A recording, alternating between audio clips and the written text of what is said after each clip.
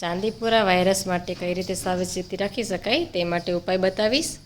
તેના માટે મેં ધૂપ લીધેલો છે. ધૂપ આપણે રેગ્યુલર આવે છે એ લીધો છે અને એમાં મેં અગરબત્તીના નાના નાના ટુકડા કરી અને ગરમ કરેલા છે. જો તમારી પાસે જે ઇલેક્ટ્રિક આવે છે ધૂપ એ હોય તો તમે એમાં પણ ધૂપ કરી શકો.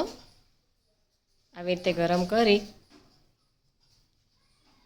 ધીરે ધીરે ગરમ કરી લેવાનું છે, જેથી કરીને જે આપણે ઉપરથી બધું મિક્સ કરીશું ધૂપ એ સારી રીતે ગરમ થઈ જાય.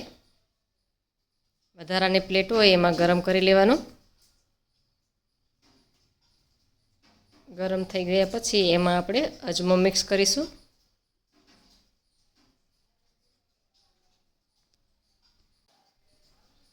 અજમાને ગરમ થઈ ગયા પછી એમાં આપણે ગુગળ પણ મિક્સ કરીશું. ગુગળ અને અજમો બીજું જે આપણે પહેલાં ધૂપ લીધેલો છે બધું જ એકદમ સરસ ગરમ થઈ જાય પછી ગેસ બંધ કરી અને ઉતારી લેવાનું છે. ઇલેક્ટ્રિક ધૂપ હોય તો તમે એમાં પણ આ બધી વસ્તુ મિક્સ કરી અને ધૂપ કરી લેવાનું છે.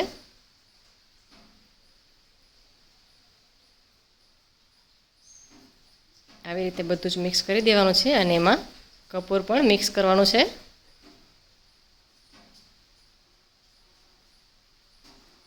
આ બધું ધૂપ આપણે આખા ઘરમાં બધે જ આપી દેવાનો છે, જેથી કરીને માખ મચ્છર કે કોઈ જીવાણુ નાના મોટા હોય એ ન આવે. કપૂર મિક્સ કરી દીધું છે. ઠંડો થઈ જાય તો ફરીથી પણ ગરમ કરી શકાય છે આને.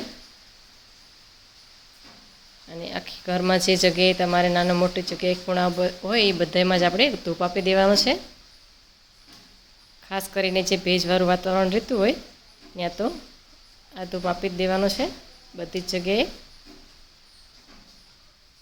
હવે એના માટે હું તમને ફાંકી બતાવીશ. જે મેં પહેલાં વિડીયો બતાવેલો હતો એ પણ લઈ શકાય અને ગિલોય પણ લઈ શકાય. ગિલોય ચૂરણ, ગિલોય પાવડર કે ગિલોય સત્વ આવે એ નાના મોટા બધા લઈ શકે છે.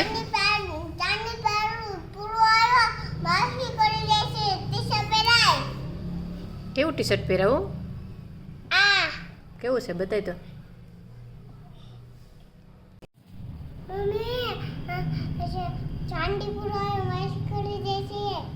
બાકી કઈ જશે તો શું કરવાનું? કેમ એ ટી શર્ટ પહેરાવું?